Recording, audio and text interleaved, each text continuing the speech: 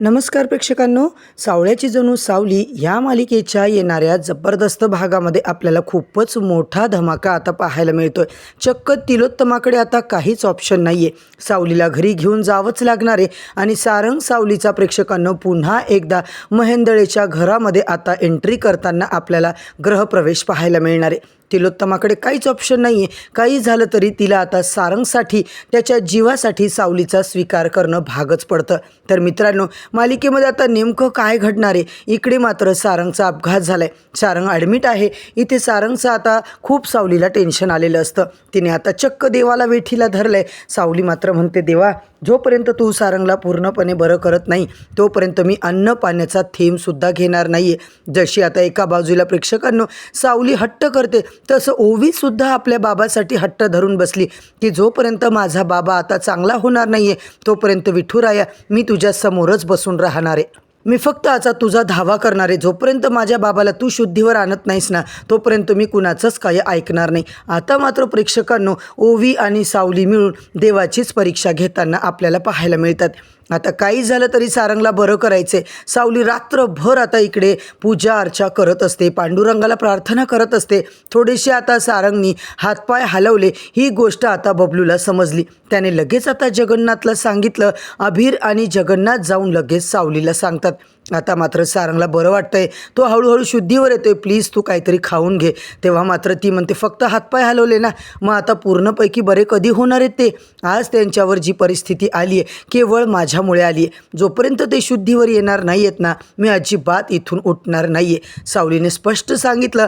आता प्रेक्षकांनो देवाला मात्र प्रश्न पडलाय, आपल्या या भक्ताचं आता काय करू? सारंग मात्र पूर्णपणे बरे झाले पाहिजे परमेश्वरा, नाहीतर मी मात्र काहीच खाणार नाही आहे, माझा जीव जरी गेला तरी चालेल पण मी अन्न पाणी मात्र घेणारच नाही आहे। आता सावलीने फिक्स केलेलं असतं, ठरवलेलं असतं, जगन्नाथला तिची काळजी वाटत असते। सावली सारंगसाठी तिच्या तब्येतीला इतका त्रास करून घेते म्हणून जगन्नाथला बिचारायला वाटतं, साऊ बाळा मला सांग, तू जर असं अन्न पाणी सोडलं, तुझी तब्येत खराब झाली तर सारंग चांगला होणार आहे का? अगं चांगला व्हायचं असेल तर होईल ना, पण तुझी पण तब्येत बघ ना, तुझी तब्येत खराब होईल ना। तिने मात्र आता तू विचार केला पाहिजे स्वतःचा, असं जगन्नाथ तिला म्हणतात। सावलीला काही करून फक्त सारंगच्या तब्येतीची काळजी, काही झालं तरी सारंग शुद्धीवर आलाच पाहिजे, तो चांगला झाला पाहिजे, त्याला प्रॉपर सगळं आठवलं पाहिजे। इकडे सावली हट्टाला पेटलेली आहे प्रेक्षकांनो, आणि इकडे डॉक्टर मात्र आधीच त्यांनी स्पष्ट तिलोत्तमाला सांगितले, काही झालं तरी सावलीला तुम्ही बोलावून घ्या, कारण सारंगला आता सावलीचंच नाव घेऊन घेऊन आम्ही आवाज दिलाय, त्याच्यामुळे सारंग रिॲक्ट करतोय, त्याला सावली बरोबर आठवली आहे। सारंग तुला आता आमचा आवाज येतोय का सारंग? तेव्हा मात्र सारंग बरोबर हातापायाची मुवमेंट करतो, तो रिॲक्ट करतोय। डॉक्टर मात्र म्हणतात, हे बघा तिलोत्तमा मॅडम, तुम्ही आई आहात त्यांची, तुम्ही आता तुमचा सगळा इगो तुमचं सगळं बाजूला ठेवा आणि फक्त सावली मॅडमला इथे बोलवा। आता मात्र तुम्ही आई आहात ना, तुम्ही बोलून बघा त्यांच्याशी, तुमचं बोलणं त्यांनी ऐकलं तर खूपच चांगलं होईल। तिलोत्तमा त्याच्याजवळ आता जाते, सारंग उठणार आहे, काय झालं, मी तुझी वाट बघतीये, तू असा झोपलेला मला बघवत नाही आहे, सारंग प्लीज उठ ना। इकडे मात्र प्रेक्षकांनो सारंग अजिबात रिॲक्ट करत नाही आहे। आता मात्र डॉक्टर असतात, बबलूसुद्धा सावलीचं नाव घेतोय, जसं जसं आता सावलीचं नाव त्याच्या कानावर पडतं ना प्रेक्षकांनो, सरळ आता सारंग रिॲक्ट करायला लागतोय, ट्रीटमेंटला असर होतोय त्याच्या, म्हणजे आता तो मुवमेंट करायला लागतो। तेवढ्यात मात्र आता त्याचे हार्टबीट्स म्हणा, BP म्हणा, सगळं कमी जास्त होत असतं। डॉक्टर म्हणतात, अहो ही सावली कोण आहे, प्लीज तुम्ही त्यांना इथे बोलवून घ्या। आता मात्र सारंग सावलीचा आवाज ऐकून लगेच चांगला होऊ शकतो, जर तुम्ही त्यांना आणलं तरच हे सगळं होऊ शकतं, नाहीतर मात्र सारंगच्या जीवाचं काहीतरी बरं वाईट होईल, तो परमनंटली कोमामध्ये जाऊ शकतो। तेव्हा मात्र तिलोत्तमा प्रेक्षकांनो आता खरंच सावलीकडे जाणार आहे, ती आता हॉस्पिटलमध्ये आलेली असते, तिने रिक्वेस्ट केलेली असते सावलीला की तू नक्की हॉस्पिटलला ये, तुझी वाट बघतोय सारंग तुझा। सावली मात्र प्रेक्षकांनो धावत पळत येते, पांडुरंगाच्या पाया पडत येते, सारंगचा हात हातात घेते आणि बोलते, त्याच्या कानाजवळ जाऊन तिचा तो मधुर आवाज, तिचा तो कोकिळ आवाज मात्र आता सारंगला या संकटातून प्रेक्षकांनो नक्कीच बाहेर काढायला मदत करणार आहे। सावली बोलते, सारंग तुम्हाला बरं व्हायचं आहे ना, ओवी आणि अबीरसाठी व्हायचं आहे ना बरं. तुमची पोरं तुमची वाट पाहत आहेत. अहो ओवी तुमचं बाळ तुमच्यासाठी दिवस रात्र देवाला प्रार्थना करते. तुमची पोरगी रडतीये आणि अबीरसुद्धा रडतोय. माझा सुपर हिरो असं म्हणून त्याने कालपासून सगळं जग डोक्यावर घेतलंय.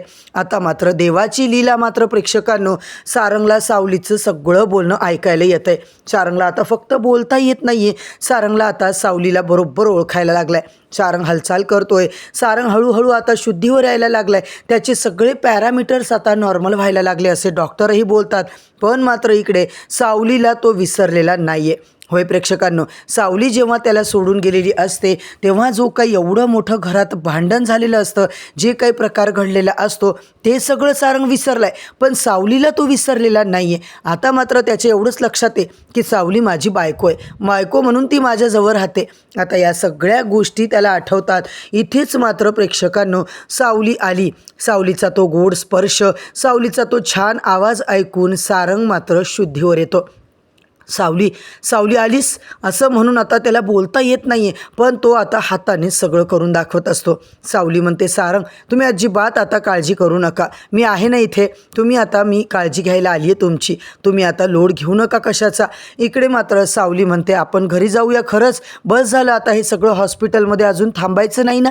सावली म्हणते, हे सारंग जोपर्यंत डॉक्टर आपल्याला डिस्चार्ज देत नाहीत ना तोपर्यंत आपल्याला जाता येत नाही. तुम्हाला डोक्याला मार लागला आहे, हातापायाला लागले. आता तुम्ही एकदा 2-3 दिवसात चांगले झाले की मग आपण घरी जाऊ. सारंगला बिचारायला बोलायचं असतं पण त्याला बोलताच येत नाही. सावली तू घरी घेशील ना मला?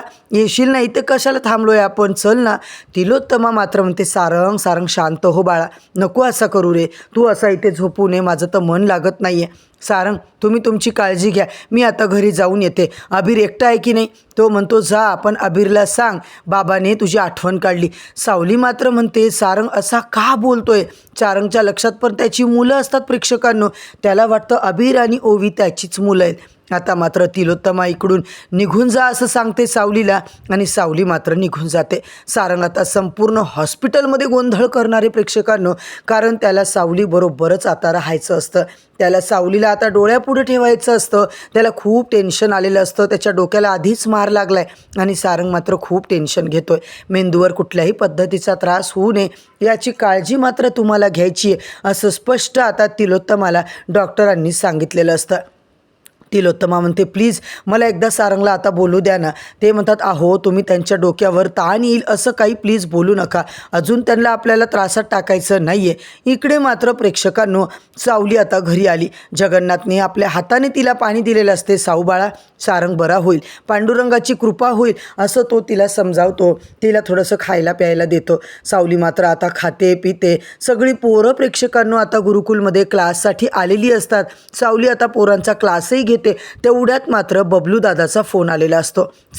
तुला आता सावली वहिनी लगेच हॉस्पिटलला यायचे. सावलीला आता तिकडे डॉक्टर म्हणतात, तिलोत्तमा सांगते सारंगची अवस्था थोडीशी आता सिरियस आहे. तो आता सिच्युएशन त्याची नाजूक झाली आहे. तो आता शुद्धीवर आलाय. फक्त आणि फक्त एक गोष्ट मात्र सारंगला आठवत नाहीये. घरातले कुठलेच मेंबर आता सारंगला आठवत नाहीये. त्याच्या डोक्यावर खूप ताण आहे. तू जेव्हा घरी निघून गेलीस ना त्यानंतर तो थोडा बिथरला होता. तो थोडा पॅनिक झाला होता. मला तरी वाटतंय की तू त्याला सोडून गेली होती आणि तू परत आली. हे सगळंच त्याला आता तो विसरलाय. हे काहीच त्याला आठवत नाहीये. तू त्याच्यावर प्रेम करत होतीस आणि त्याच्याबरोबर राहते असंच त्याला आत्ता वाटतंय. आता मात्र सावली इथे का नाही असा प्रश्न आहे प्रेक्षकांनो. सावली इथे का नाही आहे? सावली कुठे चालली? सावली तू सारंगच्या जवळ थांब. हे एक सत्य मात्र प्रेक्षकांनो ऐकल्यानंतर सारंग काय रिॲक्ट करेल काहीही आता आपल्याला बोलता येत नाही आहे. त्याच्या जीवावर बेतू शकतं. त्यामुळे सारंगला आता कसं समजवायचं, कसं त्याला आता इकडे आपल्याला सांभाळून घ्यायचं आहे हे सगळं तुझ्या हातात आहे. सावली गरज असेल तेव्हा तू आता इथे राहा. तो नॉर्मल होईल जेव्हा आता त्याचे सगळे पॅरामीटर्स, त्याचे BP, त्याचे पल्स रेट सगळे नॉर्मल होईल ना तेव्हा मात्र तू सारंगला सगळं बोलू शकते. पण आता मात्र मीच तुला इथे यायला मनाई केली होती ना. पण आता मीच तुला सांगते, जोपर्यंत सारंग पूर्णपणे चांगला होत नाही, त्याला डिस्चार्ज मिळत नाही ना तोपर्यंत तुम्ही इथेच राहा. त्याला आता बोलत राहा. कितपर्यंत गोष्टी आठवतात ते आता आपल्याला पाहावं लागेल. सावली मात्र म्हणते, ठीक आहे. सावली अजिबात काही बोलत नाही आहे प्रेक्षकांनो. कारण तिलासुद्धा तिलोत्तमाचा भयंकर राग आलेला असतो. कारण आत्तापर्यंत जे काही घडलं ते फक्त तिलोत्तमा आणि राजकुमारमुळे घडलं हे मात्र तिला माहिती असतं. इकडे सावली रोज रोज सारंगची काळजी घेते, खाऊ पिऊ घालते, सगळं आता त्याची तब्येत मात्र चांगली व्हायला लागली. तेव्हा आता तू परत आलीस, पूर्णपणे विसरलाय की व्यंकटेश बरोबर लग्न झालंय. सावली गेली पण ती परत आली, याच गोष्टी फक्त त्याला आठवतात प्रेक्षकांनो. भूतकाळ मात्र सारंग विसरलाय. आता मात्र सारंगच्या जीवासाठी इकडे सावलीने स्वतःचा सगळा टाईम आता दवाखान्यात घातलाय. आता प्लीज त्याच्याबरोबर घरी चल, प्लीज मी तुला विनंती करते. तिलोत्तमा मात्र आता सावलीला सांगत असते की तुला सारंगची शपथ आहे, त्याच्यासाठी तुला आमच्या घरी यावंच लागणार आहे. सारंगचा जीव आपल्यासाठी महत्त्वाचा आहे.